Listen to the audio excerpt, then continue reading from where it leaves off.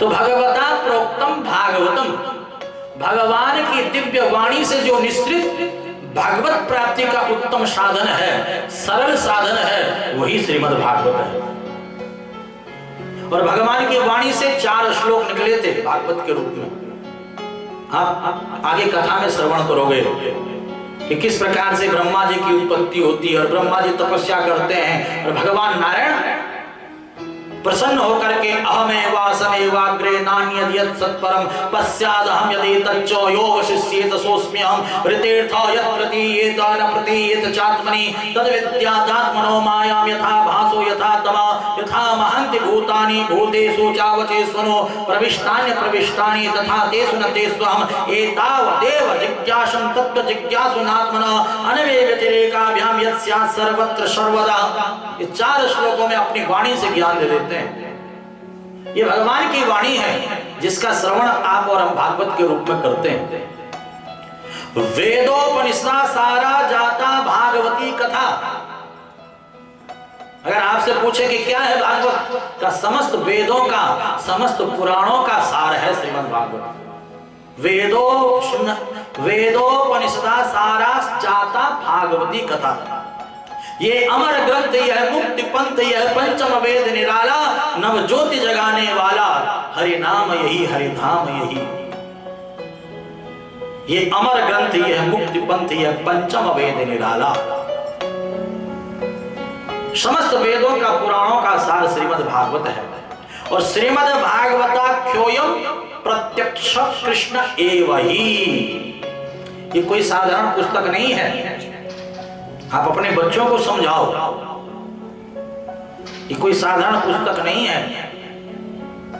ये साक्षात श्री कृष्ण का श्री विग्रह है। साक्षात श्री कृष्ण भागवत के रूप में विराजमान है। ये शब्द विग्रह है।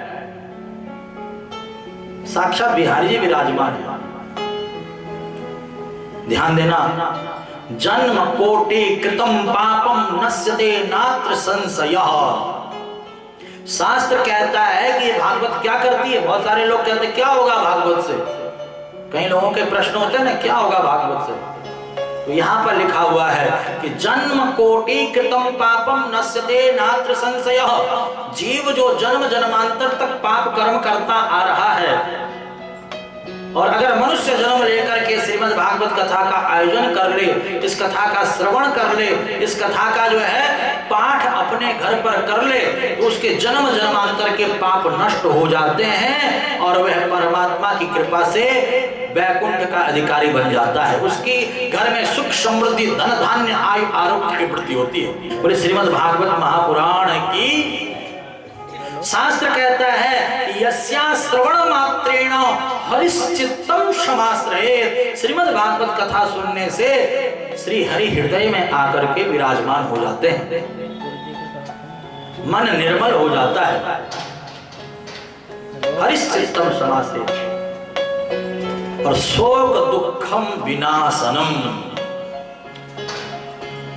ध्यान देना, जो श्रीमद् भागवत कथा का पाठ करता है, श्रवण करता है, जीवन में कोई भी दुख नहीं रहता है। शोक दुखम विनाशनम। जीव के समस्त शोकों को दुखों को भागवत दूर कर देती है। आप खुद आजमाना, कभी बहुत बड़ी टेंशन हो, बहुत बड़ी चिंता हो, बहुत बड़ी उलझन में आप उलझे हुए हो, आप कुछ मत कीजिए। आप श्रीमद् भागवत ग्रंथ लीजिए और ठाकुर जी के आगे बैठ जाइए और उसका जो है पाठ करने लग जाइए। 1 अध्याय 2 अध्याय का आप पाठ करोगे, स्वयं आपकी समस्त चिंताएं दूर हो जाएंगी, सारी उलझनें आपकी मिट जाएंगी। आप करके देखो।